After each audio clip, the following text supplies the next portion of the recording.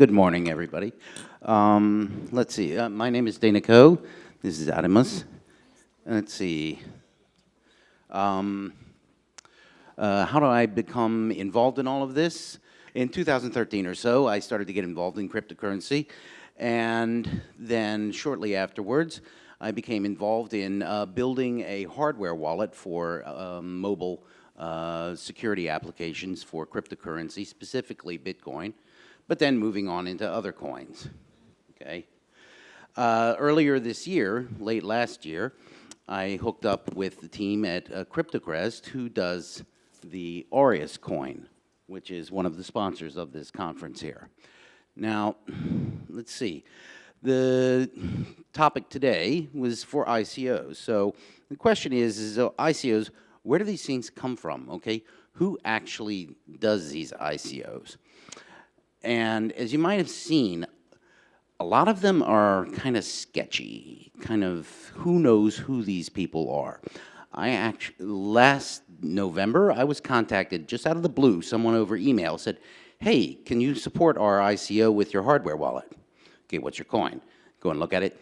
It was a thread on Bitcoin Talk, and they said explicitly, we can't tell you who we are. We're not going to tell you who we are. Just send us the money. These guys made 230 Bitcoins and then vanished without a trace.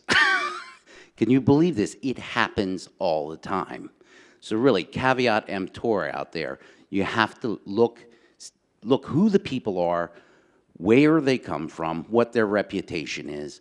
Because reputation is an interesting thing because, strangely enough, it fits in very well with the whole idea of the blockchain and such, because reputation is the original distributed, decentralized application, because you can't really trust one person. You have to ask lots of people and you form a consensus. Is this person real or not? So that's one way to look at it there. Anyway, so the people here today, you see them out there in the hall or here in the hall. Some of these people are bringing ICOs and such. They're putting faces to the names, and they're coming out here and they're showing who they are. So that really makes a difference. There you can really see that the person represents and wants to be known in the community, okay? So that's one way to really figure out if an ICO is worth something or not. There's the merits of the product. Does it even make sense? You always have to do that. But also, there's a person willing to come out here and, you know, just be reputable. Now that really means a lot. Okay, so let's see, where are we? Okay, well, some of these products will work, some will fail, a lot will fail. Okay, we've seen a lot come and go in this space, and a lot will again. People say it's a bubble. Yeah, of course it's a bubble. Everything's a bubble. People always want to get in on something if they think that a lot of money can be made, and a lot of money can be made, but you just have to be reasonable, okay? Now, so, once people get their funds, what do they do with them, okay? How do you ensure transparency? How do you see what they're actually using their funds for? Now, this sort of comes around to the Aureus project. Aureus actually is a rather odd, unique case in that we flip the model around on its head. Most people, they have an idea, and a few people, and they raise money, and then they brought in their community. Whereas Aureus actually sort of started out with a baked-in community of 70,000 users. Now, how did that happen? Okay, well, hold on. Next page. The community is the remnants and leftover from, and our reserve fund, are leftover from a failed Southeast Asian community lending program called BitKingdom that squandered almost all of its investors' funds, okay? Now, after these funds were squandered for the most part, the community members just got together and decided that some action had to be done to put this back together and make it work for them. And the person who made that happen is Mr. Adamus Mustafa, who is the founder and the creator of CryptoCrest Industries, you might say? CryptoCrest Industries. I like the sound of that. So please, next point.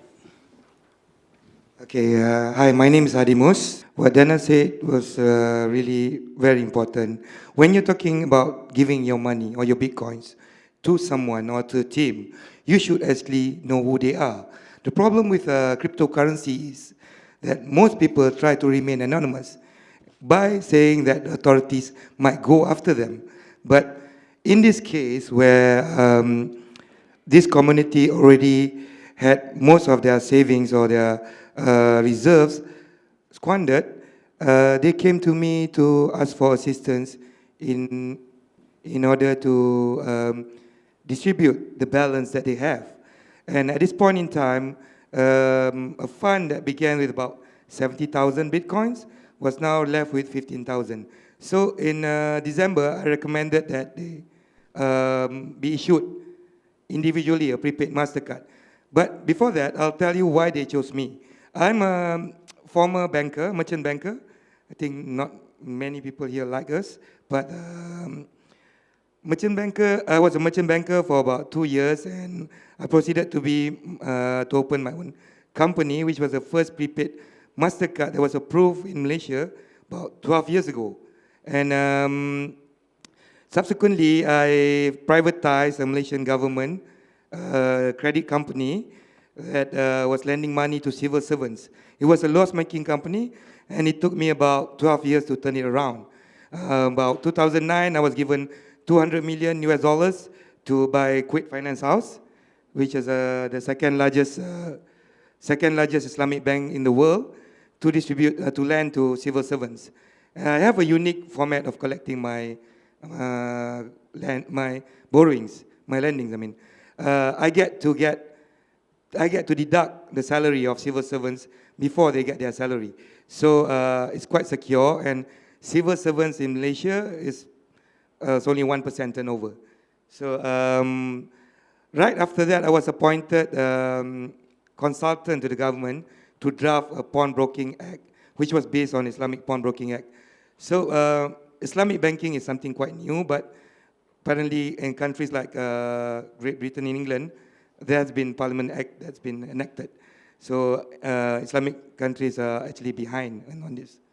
And like I said, this is required not to tell you about my reputation or to overinflate my experience, but to tell the people here that the person that's assisting the community that's already lost their bitcoins is willing to stake my reputation there.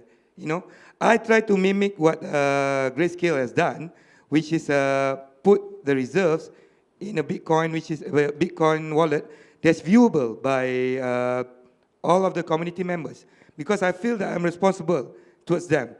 And I took up this job just in January against the advice of all my colleagues, because they say that this is already a system that's broken down. And it wasn't I wasn't involved initially, and they might link me to it. But I said that if nobody of any reputation is going to help them, then another guy is going to try and swipe the 15,000 bitcoins. So my effort, although it might be in vain one day, but I think it was worth it. And some people are asking me, why would I want to do that? I've been sitting on my chair, nice CEO chair in my office for the past 12 years, earning from the community. Maybe it's time to give back. So I realized that the people that invested in broken down scam, I would call it scam or scheme, it could be my father, it could be my mother, it could be my grandfather, it could be my grandmother, it could be my cousins. And these people have no knowledge about banking or finance or cryptocurrencies.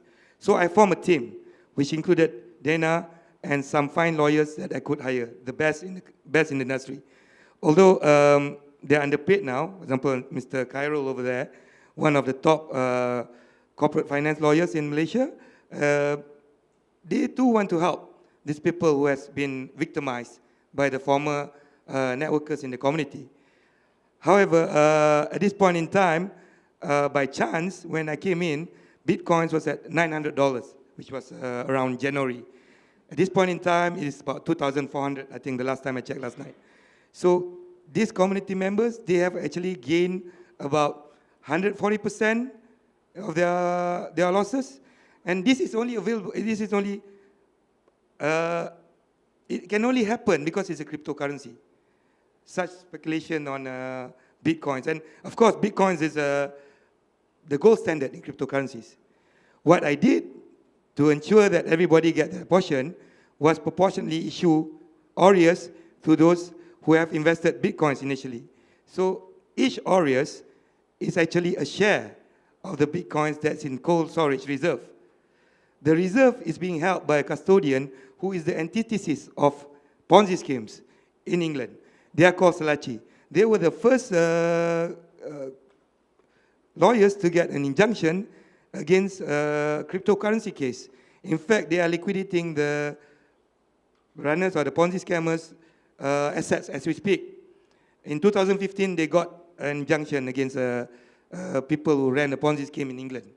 So, cryptocurrency based, of course. So there is a lot of elements that you have to look at when you're talking about ICOs. And what I'm trying to do now is to introduce this cryptocurrency into the market. They are actually being used now in countries like Vietnam, where most of a substantial number of the 70,000 community members resides. They use it as a currency to buy and sell chickens and eggs and groceries. I shit you not, excuse my language. And these transactions are going on every day because due to the fact that the currency is not that strong, the dong. I'm quite sure if anybody of you has been to Vietnam, most of them would prefer dollars over dongs. And this is an alternative, a cheaper alternative for people to use to transact. We had this discussion yesterday where how many of you actually bought a cryptocurrency to use it to transact? Most of us use it as speculative purpose. But when you can't afford to actually invest, some people actually have to use cryptocurrency for transaction purposes. And like the merchants, the thousands of merchants in Vietnam that are using Aureus as a method of payment. So I am trying to get Aureus into a reputable exchange. It's not an easy job. There are reputation issues. I go to most of the exchanges, they would ask me to clean up the issues. It's not easy because some of the community members are still bitter about the fact they lost a lot of Bitcoins previously, and they tend to blame Aureus, which is actually victimizing the victims that are already in the system. So it is completely a different structure, and it is quite new, something new, where we are going to the market without asking for your funds. It's not an ICO. It is something that we want to introduce so you can assist those who has been victimized. So, but you can get value on it because any transaction that is done within the system right now, within the website, I do charge a small fee, which 80% of it goes back to the owners of Aureus in form of Bitcoin dividends. So the more transaction that occurs within the site, the more dividends that it will earn for the community members and anyone who wants to get on board. We are very transparent about our calculations and our accounts, and we hope that one day we could afford some more reputable accountants where we can actually show the community and the public how we make our funds. And I'll send it back to Dina. So, thank you very much. So, in a nutshell, pretty much what happened is that we were entrusted with a giant sack of Bitcoins, and the community said, okay, well, if you give it back to us, we're only going to get, a little fraction of what we put in. And we were promised a cryptocurrency. Come on, give us a cryptocurrency. So, Ademus put together a team, consider myself and some other people, and we built them a cryptocurrency. It's fairly standard, and it works off a blockchain. It's completely independent, so everybody does the transactions running with everybody else, completely transparent. So it's fairly standard, designed more for consumer use, very low fees, 1 minute transaction times and such. But a bit of the experimental portion of it that we think is that I like to call this portion the have your cake and eat it too. Okay, we have a fully independent cryptocurrency, but because it's a completely pre-mined currency, because we need to distribute it to the people who originally were in this scheme. In Britain, you can say scheme and it doesn't have a negative connotation. In America, we're a little weird on that word. But anyways, it's a scheme to distribute the pre-mined Aureus to the people who are in the community. Because we can't just, have it and say, okay, well, you buy some. No, we have to give it to them. And that's also a way that you want your currency. A currency only is any use if people have it, okay? If you just have a big sack of it and say, give me more money, they're going to be pretty annoyed, and you're just going to have a very small amount of people using it. So our scheme is that we, in proportion to their original investment, we just give them the currency, plus they accrue more currency through bonuses or dividends, and we control the levers of that. So it's a little bit so we can decide, okay, this month we're going to have an extra bonus. Okay, this month it's a holiday, so people get more or such. It doesn't detract from what they already own. It's a semi-managed currency when it comes to the distribution of it. Okay, not from the actual use. The use of it is independent, but the distribution is somewhat managed. So that's a little of both ways. So you have the independence of a cryptocurrency, but the tools of a centralized reserve bank type thing. So, I don't know. It's an experiment. I think it'll work. The users seem to like it. As said, so many ICOs, so many new coins and such out there. What are the uses other than just a funding vehicle? Okay, as I said as we were talking the other day, how many people, if you don't mind, how many people here in the last month have used Bitcoin to actually buy something, not another coin, but buy a thing or service? Can I see a show of hands, quick? Anybody? Really? Okay, well that's a lot less than the previous crowd we had at a cryptocurrency conference last week. But the thing is that most people who buy coins other than Bitcoin to actually use them to buy a thing or service is vanishingly small. Most of them just use that to buy other coins ad infinitum and so forth. Now the thing that I really like about Aureus, which is astonishing that he says, is that people are using it in everyday commerce. In Asia, where actually I live, there's a company called Alibaba. You might have heard of them. They have a payment platform there which just uses your phone. Okay, I live in China, mainland China, and I go for weeks at a time without touching any physical money whatsoever. Taxis, buses, anything. And this is not using your bank card, say like you do here with the contactless payment. I can walk out of my house with just my phone, no cash, no cards, anything. I can pay for, and this is not an exaggeration, 2 tomatoes at the local wet market, which costs a total of, I think, 50 pence. And it makes sense for the users there. They just have a QR code, I scan it, and she tells me how much, I type it in, done. Okay? Now, this is backed by a giant company, Alibaba. Are they going to go into Vietnam anytime soon? I don't know. Are they going to go into some of these other smaller countries anytime soon? I don't know. But what we're doing analogates that in that it's something that the users can use for everyday transactions, and you don't need the resources of a giant financial company behind it because it's decentralized blockchain technology. So, any questions? We have just a couple of minutes left. If there are any questions, please give a holler.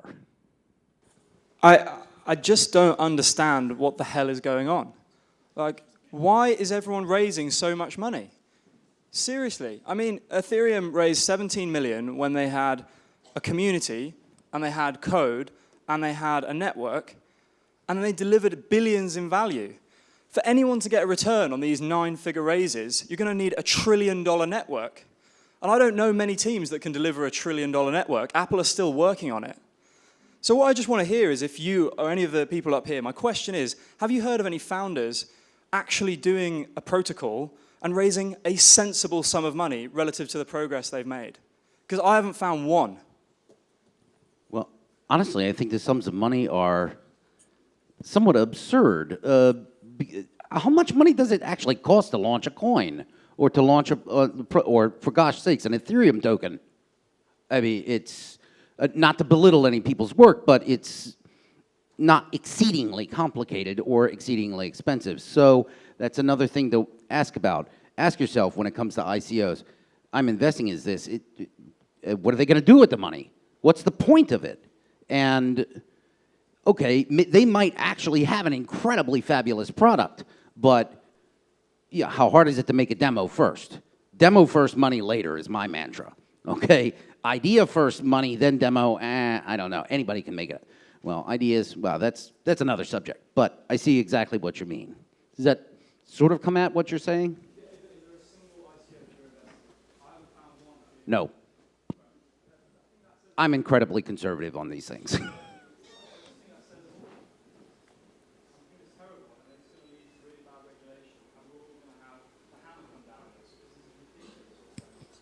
I'm fully in agreement on that, actually. Be very careful and, well, you know, don't come crying to them if you lose money. There's lots of things wrong with venture capital, but raising the right sum of money relative to the progress you've made is not one of them. I don't know, I also spent some time at Stripe, and they raised a small seed and then delivered value. Then they raised, a larger sum, delivered value. Then a big Series A, big Series B, and they continue to deliver value, and they're an incredible team. If they'd raised what they raise now, initially, I don't think that they'd have been successful. And so what I don't understand is why aren't there any protocols that are raising in stages, and where are the founders with the moral backbone not to just steal millions and millions of dollars? It's just really pissing me off. Just for just a short thing there is that a lot of the ICOs and such are no strings connected whatsoever. And full disclosure, I'm on their advisory board, but there's one in Singapore called Fund Yourself Now that has it staged and managed like that. So you might look into that one. I definitely will. So any other Aureus-related questions, or we got to wrap this up now, and that should be it. One more question, if somebody has a quick one. You're saying that Aureus is being used in Asia already for regular purchases? Can you give a sense of about how much, or what, how many transactions, how many dollars? It's about, say, like 5 to 10 transactions a minute. So that's on average, I just monitor it via our Block Explorer, and I just see things scrolling by, and I say, okay, well, it looks like, hey, people are using it. So, can you track how many users or any sense of? Not really. That's kind of difficult with crypto to know exactly how many. But we have, for our newer wallet, just for Android, that one has over 10,000 installs on it. So, okay, so I'm being told I have to get off the stage or they'll bring out the hook. So thank you very much, and have a good afternoon.